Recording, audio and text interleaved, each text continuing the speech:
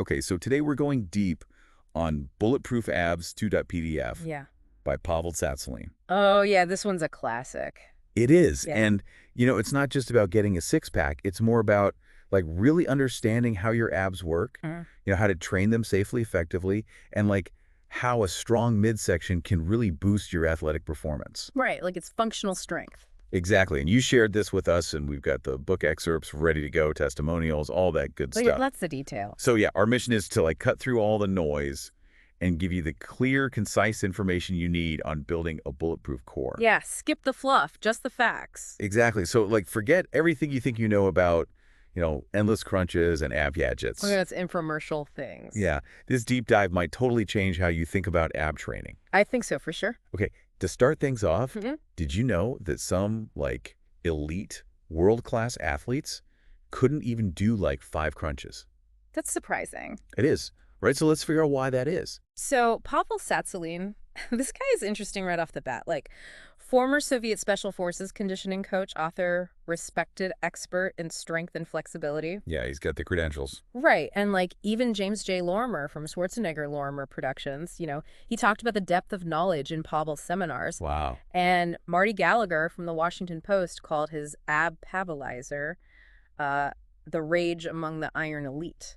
So this is like legit stuff. Oh, yeah. We're talking about the real deal here. Okay, so Pavel's approach in this book, it really challenges a lot of the typical ab advice that's out there. Right. He's not about the fads. No, he's all about science-backed methods. Results driven. Exactly. So we're going to explore his core arguments, like the importance of isolating the abs. Right. Getting those muscles working on their own. Yeah, and how the abs actually work together with other muscle groups for overall strength. It's all connected. It is. And the surprisingly crucial role of breathing in all of this. Yeah, breathing is huge. Okay, so let's start with like why Pavel thinks traditional ab training is often ineffective. So he dives into the anatomy. He focuses on the rectus abdominis, which is that muscle running from your pubic bone up to your breastbone. Right, the six-pack muscle? Exactly. And their main job is forward spinal flexion, that like curling motion you do in a crunch. Okay, and then there's the hip flexors, right? Specifically the psoas major. Yeah, that's a big one, connecting your lower back vertebrae to your thigh bone. So when it contracts... It pulls your body into that bent hip position. So in a standard sit-up, you're often using the hip flexors to pull yourself up. Right. And that puts a lot of strain on the lower back. Which is not what we want. Definitely not, especially if you've already got back problems. So is it even possible to isolate the abs completely by just focusing on that spinal flexion in a crunch? That's the big question, right? Like, can you avoid those hip flexors entirely? Yeah. So Pavel looks at all these ab gadgets designed to make crunches stricter. Yeah. Like the ab isolator. The ab flex, the ab roller, all those things. Yeah, and what's interesting is he argues that it's basically impossible to totally shut off the hip flexors. He backs us up with some research from physical therapists Kendall and Wadsworth. Interesting. So the takeaway here is that, like, isolating the abs completely with these traditional exercises is kind of a myth. Because of that tension spillover. Exactly. Okay, so this is where things get really interesting. He introduces this concept called the law of irradiation. This is a key principle. It is, so think of it like this. When a muscle contracts. Like your abs during a crunch. Right. That tension doesn't just stay in that one muscle. It spreads or radiates to the muscles around it. To your hip flexors, for example. Exactly. And he gives this simple example. Make a really tight fist. Do it right now. You'll feel your biceps tense up even though your elbow isn't moving. That's irradiation in action. And to connect this to ab training, John Scaringe, D.C., president of the American Chiropractic Board of Sports Physicians. He makes a good point. He does. He argues that people with weak abs will rely even more on their hip flexors during crunches. Because they can't lift their upper body effectively just by using their abs. Right, so they end up pulling with those hip flexors, and that puts their spine at risk. Exactly. Okay, so enter Dr. Vladimir Janda from Czechoslovakia.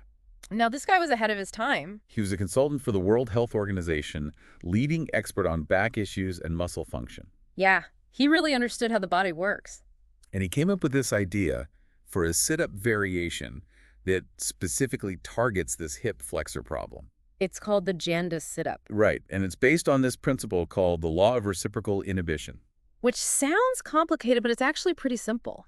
So basically, when one muscle contracts the agonist, The muscle that opposes it, the antagonist relaxes. Like an efficiency mechanism. You know, your body doesn't want to be working against itself. Right. Pushing the gas and the brake at the same time. Exactly, and Janda realized he could use this to his advantage. So the idea behind the Janda Situp is to get the person to actively engage their hamstrings and glutes by pressing their heels into something solid. Like a wall or a heavy object. Yeah, and this contraction of the hamstrings and glutes should theoretically cause the hip flexors to relax because of reciprocal inhibition.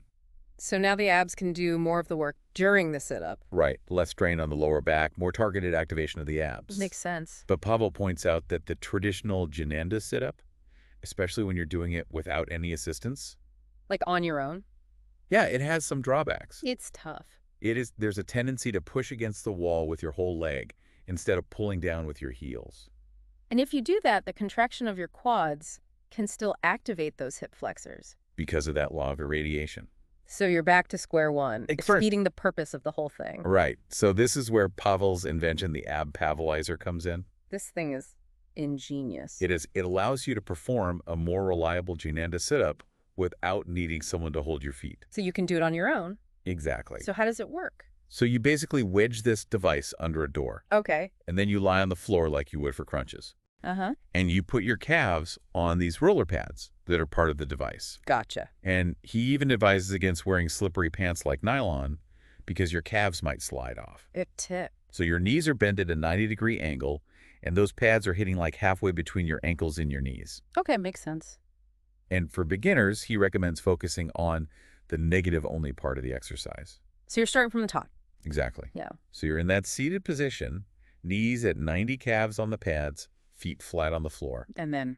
You slowly lower yourself down, squeezing your glutes the whole time, keeping your feet flat. Control is key. It is. And he says you might struggle to keep your feet down at first, but it gets easier. Right. Practice makes perfect. And the most crucial part is that slow descent, those last few inches before your shoulders touch the floor. Yeah, you've really got to control it. He suggests taking 3 to 4 seconds to lower completely, keeping your chin tucked in. Okay. And there's also this optional bungee cord that comes with the ab pavelizer. What's that for? It gives you feedback on how much assistance you're getting. Interesting. And he recommends holding your breath as you lower, unless your doctor advises otherwise. Makes sense. But you can take small breaths as long as your abs stay tight. Gotcha. And once you reach the floor, Mm-hmm. you rest, your head relax for a few seconds. Okay. And then you get back up in a way that doesn't strain you. So maybe you roll to the side or use your arms. Exactly. And he suggests starting with 3 to 5 sets of 3 to 5 reps. Yeah. With like 3 to 5 minutes of rest in between. The 3 to 5 method. Exactly. Nice. And as you get stronger, there are a few progressions. Oh, yeah. How do you make it harder? So once you can do 5 sets of 5 comfortably, you can move to the boxer position where you hold your fists up by your face. Okay. And then the next step is holding your arms straight up overhead. Gotcha. And once you've got that, you can progress to the full sit-up, both the lowering and the raising parts. Full range of motion. Exactly. And if you're advanced, you can even add weight, like a small barbell plate, or even a soup can. A soup can. Yeah, held in your straight arms. That's funny. And it's important to note that the Janda Situp and the ab pavelizer, they're seriously challenging. This is not easy stuff. It's not. Pavel talks about this experience he had at the Arnold Fitness XXPO seminar, where even a really strong bodybuilder struggled to do 2 strict Janda sit-ups. Wow. He even offered to print the names of anyone who could do 5 on the ab pavelizer in a bodybuilding magazine. Yeah. Only a handful of world-class athletes could actually do it. That's impressive.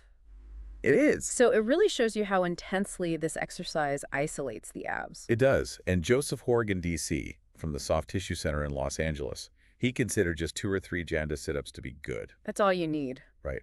Pavel encourages you to try the ab pavelizer and then immediately do a regular sit-up with your feet hooked under a couch. You feel the difference. Oh, you will. He says the tension you feel in your abs with the ab pavelizer is much greater than with crunches. Interesting. And he suggests that the crunch might actually be an outdated exercise for building real ab strength. So we're moving beyond the crunch. We are. Okay, so we've talked about isolating the abs now.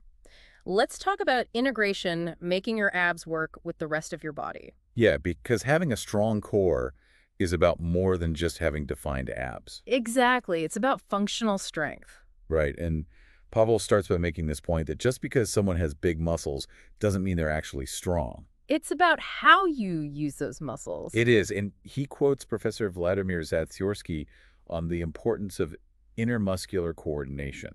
That coordinated activation of different muscle groups. Right, which is what you need for real power. So it's not just about isolating one muscle. It's not, it's about how all the muscles work together. Like an orchestra. Exactly. And your abs don't work in isolation in real-life movements like lifting or running. You need your back, your hips, your legs all working together. Right, to create a stable and powerful base. Your core is the foundation. It is, and Pavel explains that the main job of your abs isn't just to pull your ribs and pelvis together like in a crunch. There's more to it. Their crucial role is to act as stabilizers for your spine. Keeping your back safe and healthy. Exactly. They provide a solid foundation for other muscles to work from. So when your abs are tense, they help to balance the pull of that psoas muscle on your spine. Which helps maintain its natural curve. Keeping everything aligned. Exactly. Smart. And this leads us to the Russian ballet leg thrust. What is that? It's an exercise that's designed to train your abs to stabilize your spine against the pull of your hip flexors. Okay, that's interesting. So you lie on your back with one leg pointed straight up, or as close as you can get it, and the other leg is bent, like in a crunch position. Okay. And the key is to press your lower back flat against the floor and keep it there the whole time. No arching. Nope. Gotcha. So then you take a breath and to squeeze your glutes and slowly lower that straight leg. And Keep your toes pointed and go as low as you can while maintaining that flat back. control, control, control. Exactly. And he says, stop if you feel any pain in your lower back. Listen to your body. Always. And he even suggests having someone try to slide a pen under your back. To make sure it's truly flat. Yeah, especially when you're first learning the movement. Okay. And he emphasizes holding your breath during this exercise. Really? Yeah, he explains that breathing can actually cause the tension in your abs to decrease, Oh, interesting. which gives your hip flexors a chance to take over. Mhm. And that could lead to back injury. So you're holding your breath to keep those abs engaged. Exactly. So if you can't reach the floor with your leg while keeping good form, you hold your breath until you bring it back up. You release your breath, relax briefly before the next rep. Gotcha. And if you do reach the floor, you rest your leg there for a second before inhaling and lifting it back up. Okay. And he recommends 3 to 5 reps per leg. Not too many. Nope. And there's an easier version where your spine is flexed forward like in a crunch and your head is up. Okay, so if the straight leg is too challenging. You can modify it. Gotcha. Now, what about the traditional sit-up? The claw. Right, so Pavel says there is a right way to do them. But first he has a test to see if you're even ready. A test. Yeah. So you lie on your back with your legs straight and try to press your lower back flat against the floor. Oh, that's tough. It can be. And if you can't do it, it might mean your abs are weak or your hip flexors are tight or you need to work on that intermuscular coordination. So it's a good indicator of where you're at. It is. And if you can't do it yet, there are ways to practice and improve. Like what? Like practicing pressing your back into the floor from a crunch position. Okay. Getting those muscles working. Yeah. So once you could do that flat back test, Pavel explains that regular sit-ups need some adjustments to be both safe and effective. Right. We want to avoid injury. Absolutely. So he suggests working your hip flexors through a fuller range of motion to prevent them from getting too tight. Which can mess with your back and your posture. Exactly. So he recommends starting sit-ups with your hips and torso in a straight line. Like straight-legged sit-ups. Right. But if your lower back or hamstring flexibility is limited, you'll need to do bent knee sit-ups to help relax your hamstrings. Gotcha. And he talks about using a sit-up board or anchoring your feet under something like a table. You could also have a training partner hold your feet. You could. And using a decline bench can make the exercise even harder for your abs. Oh, wow. Taking it up a notch? Right. So when doing sit-ups on a decline, he advises folding your hands on your chest, maybe holding some weight, Right. taking a breath in, and pressing your back flat against the bench. Okay. And then keeping your back aligned, you sit up smoothly all the way, making sure your lower back stays flat or slightly rounded at the top, and then you lower yourself back down. Controlled movement. Always. And what about breathing? He suggests breathing out and relaxing briefly at the bottom. Okay. And for heavier weights, he recommends holding a barbell near your collarbones. Okay, so there are options for making it more challenging. Definitely. And then there's this variation of this straight-legged sit-up that was developed by Professor Anatoly Laputin from the Kiev Physical Culture Institute in Ukraine. Okay, another interesting one. It's similar to an exercise you sometimes see in Pilates. Oh, yeah, I know what you're talking about. So you lie on your back with your arms by your sides, take a breath, and press your back flat by squeezing your glutes, and slowly roll up your spine starting from your neck down to your lower back. Like a wave. Exactly. And Pavel suggests imagining you're tucking your head into your torso at the start and reaching for your toes with pointed fingers as you curl up, Okay. going as far as your flexibility allows. And this is good for... So it strengthens your abs, but it also improves your flexibility and even gives your internal organs a bit of a massage. Wow, a multitasker. It is. And then you relax at your end range, inhale, tense your glutes, and reverse the movement. And you can even use bungee cords for extra resistance. You can. Cool. So now let's talk about the common crunch. The one everyone loves to hate. Right. So Pavel argues that while the standard crunch might not provide enough tension to really make a difference. You're not getting enough bang for your buck. Right. But doubling the range of motion can change things. Oh, how do you do that? He mentions Dr. Fred Hatfield, who's a big fan of pre-stretch crunches. Pre-stretch. Yeah, you do them with a pad under your lower back and glutes. Okay. And this increased range of motion, it stretches your abs, which leads to a more powerful contraction. So you're getting more out of the exercise. You are. And it makes it harder to just bob your head or yank with your spine. Right, you're forced to use your abs. Exactly. And strengthening your abs in a stretch position is great for sports performance and posture.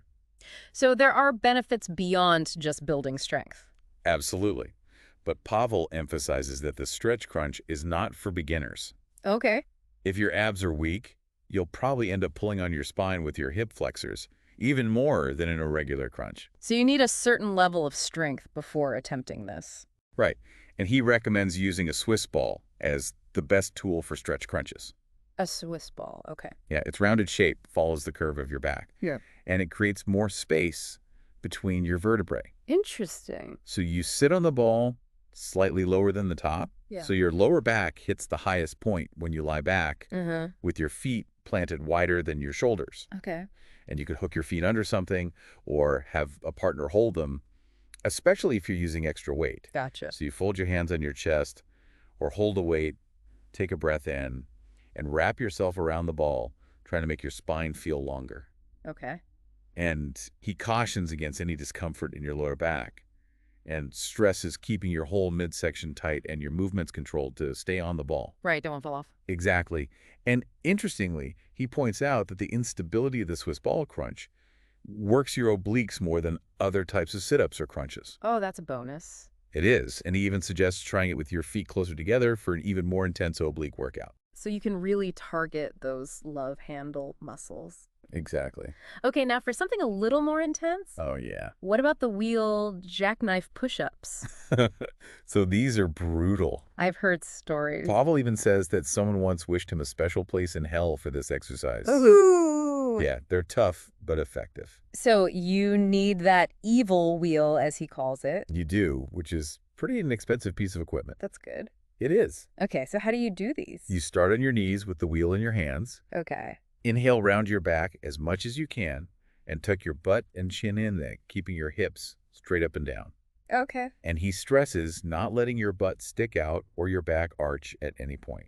So maintaining that rounded back throughout. Exactly. And keep your lats engaged to protect your shoulders. Gotcha. So then you roll forward as far as you can control and come back up by trying to round your back and pull with your arms at the same time. Okay. And you only breathe out when you get back to the starting position. Okay, so holding your breath throughout the movement. Exactly. Makes sense. And there's a more advanced version where once you roll all the way to the wall or the floor. You don't want to try this on partial reps without a wall. No, you could get hurt. So once you reach the wall, you breathe out and relax for a moment. Okay. And then inhale around your back and pull yourself back to the start. Gotcha. And if you can't come all the way up, you can use your arms to help and focus on the negatives, the lowering part of the exercise. Okay. And eventually, you might be able to do the straight-legged version where your knees don't touch the floor at all. Wow. That's advanced. It is, Pavel says, even most college athletes would struggle with that. That's intense. But he mentions this Russian health expert who can do 20 reps. Oh, wow. And if you don't have a wheel, you can use a barbell instead. Good to know. And finally, in this section on integration, Pavel introduces Bruce Lee's famous dragon flag. Oh, yeah. I've seen videos of that. It looks insane. It's a really advanced exercise for overall core strength. So how do you do it? You lie on your back, grab onto something stable behind your head, and inhale as you lift your entire body, straight up pointing your toes towards the ceiling and pulling hard with your arms, trying to lengthen your spine. And you keep your weight on your shoulder blades, not your neck. Okay. Then you take a quick breath and tighten your abs by tilting your pelvis in, kind of like how you flatten your back in the Russian ballet leg thrust. Right. And you might not be able to get your back perfectly flat, but that's the goal. Keep your abs locked tight and squeeze your glutes. Gotcha. And he even mentions making it harder by doing the dragon flag with a Swiss ball or a book between your ankles. Wow. Just when you thought it couldn't get harder. Right. Okay, so we've covered a lot of ground with the abs. Let's move on to the obliques. Yeah. Those are important too. They are not just for aesthetics. Right. Yeah. They play a key role in athletic performance. So these are the muscles underneath your love handles. Yeah, running at an angle from your rib cage to your pelvis. The external obliques run in the direction your fingers point when your hands are in your pockets. And the internal obliques run in the opposite direction. Gotcha. Now, Pavel cautions against something called spinal torsion. What's that? It's when you bend and twist at the same time. Oh. And he says this can be really risky for your intervertebral discs. So we want to avoid that. Definitely. He even shares a story about how he injured his back while twisting and bending to unload barbell plates after doing heavy squats. Ouch. Yeah, and his point is that a twisted spine is much more likely to get injured than a straight one. So his main advice is... Never bend and twist at the same time. Good advice. It is. Okay, so how do we train the obliques safely and effectively? So Pavel introduces this exercise called the full contact twist. Full contact twist sounds intense. It is. He claims it develops a really tight waistline and has significant benefits for martial arts. Interesting. And he challenges the idea that a big bench press is the key to punching power. Yeah, he cites a study that suggests less than a quarter of a boxer's knockout power comes from the shoulder and arm. So where does it come from? He says Russian research confirms that striking force actually originates in the hips and waist. Ah, so it's all about the core. Exactly. Right. And the full contact twist, which was originally developed in the Soviet Union for training shot putters, Okay. it's presented as the best way to transfer power from your hips to your shoulder. Wow. And Pavel shares this story about a Russian shot putter who used a single punch to rupture an attacker's spleen. Oh, wow. Yeah, really emphasizing the power that comes from the hips and core. Okay. I'm sold. And this guy, Igor Sukotsky, a former weightlifter and martial artist, he made the twist popular among Russian fighters. So it's got a proven track record. It does. Okay, so how do you do this full contact twist? So you load a barbell on just one side and secure the other end in a corner, maybe using a folded towel or some padding to protect the wall. And he suggests aiming for a 100-pound plate for serious athletes, but advises starting with something lighter. Right, work your way up. Exactly. Yeah. So you pick up the loaded end using your legs, keeping your back straight, and hold it in front of you with your fingers interlocked. Okay. The bar should be at about a 45-degree angle. Gotcha. And keeping your back and arms straight and your knees slightly bent. You inhale and rotate the weight to one side while holding your breath. Okay. And he stresses not leaning with the bar or away from it. So staying upright. Yeah. And you pivot on your toes at the same time to avoid putting stress on your knees, so wear shoes that won't grip too much or go barefoot. Good tip. Then you reverse the movement by tightening your midsection and rotating your hips, making sure you're not lifting with your arms and shoulders, and you breathe out at the top. Okay. And control the weight throughout the movement. Always in control. Right. And repeating the opposite direction counts as one rep. Okay, so you're working both sides. Exactly. Another exercise Pavel recommends for strengthening your obliques is the suitcase-style one-arm deadlift. Suitcase-style one-arm deadlift, what's that all about? So he says it not only builds oblique strength, but also has neurological benefits that carry over to other lifts. Interesting. So you stand beside a loaded barbell, almost touching it with your calf, with your toes pointing forward, and your feet a little closer than shoulder width apart. Okay. The center of the bar should line up with the middle of your feet. Gotcha. You look straight ahead, inhale, and try to make yourself taller by lengthening your spine and expanding your rib cage. Okay. And if a 45-pound bar is too heavy to start with, he suggests using a lighter, easy curl bar. Right, so you can scale it to your strength level. Exactly. Okay. So you grab the bar firmly and focus on pushing the floor away. He really emphasizes lifting with your legs, not pulling with your back or arm. So it's a leg exercise primarily. In a way, yes. And keep your arms straight and tense and flex your triceps. Engage those muscles. Yeah. He uses the analogy of towing a car with a loose cable. to explain why a tight straight arm is so important. Interesting analogy. And you raise your body evenly, imagining you're lifting a suitcase in each hand. Suitcase style. Exactly. And you breathe out a little at the top and avoid leaning back or to the side. Okay. And when you lower the weight, you inhale and think about sitting back rather than just lowering the bar. So controlling the descent? Yeah, letting the weight control it. Gotcha. And he notes that the bar might not land in the exact same spot, so you might need to adjust your position slightly for the next rep. Makes sense. And Pavel also briefly mentions power rack deadlifts as a way to gradually increase your regular deadlift strength through neurological carryover, Okay. especially for people with long torsos and short arms who might struggle with good form when pulling from the floor. Right, because that starting position can be tough. It can be. So Yeah. he suggests starting with the bar at knee level and lowering it slightly every few workouts, or using wooden blocks, or even digging a small hole to gradually increase the range of motion. It's interesting. Okay, now let's get into power breathing. This is where things get really interesting. It is, so Pavel starts with a caution, noting that many doctors in the West believe holding your breath during exercise can be risky. Right. There are concerns about blood pressure. Exactly. So he advises checking with your doctor if you have any health concerns, Always good to be safe. and contrasting the usual Western advice of inhale as you go down, exhale as you go up. That's what I've always been told. Right? He highlights the Russian understanding of active versus passive exhalation and the pneumomuscular reflex. Okay, what's that all about? So basically, breathing patterns have a significant impact on physical performance. Like, think of it as the volume control on your stereo. That's a good analogy. Your brain is like the music player, and your muscles are the speakers. Okay. And special sensors in your abdominal and chest cavities, they detect internal pressure and adjust muscle tension. Like turning that volume knob up or down. Exactly. Huh. And generally, higher pressure means greater strength, and lower pressure means less strength. So Pavel argues that the key is to choose the right breathing pattern for the task at hand. So it's not one size fits all. It's not. Interesting. So while a relaxed letting go of your breath might be helpful for releasing tension during stretches, It makes sense. it does, but it's not good for strength exercises. Okay. On the other hand, tensing your breathing muscles during a stretch will limit your flexibility and could even lead to injury. So you need to match your breathing to the activity. Exactly. And he notes that martial artists have long understood this idea of matching your breath with your force. Like that ki sound. Yes. Yeah. That sudden squeezing of air by your breathing muscles and abs, it maximizes internal pressure and dramatically increases muscle tension for a brief moment. Wow, so it's like a burst of power. Exactly. Cool. So for training your abs, Pavel's advice is twofold. Okay, I'm listening. First, use a breathing pattern that maximizes intra-abdominal pressure.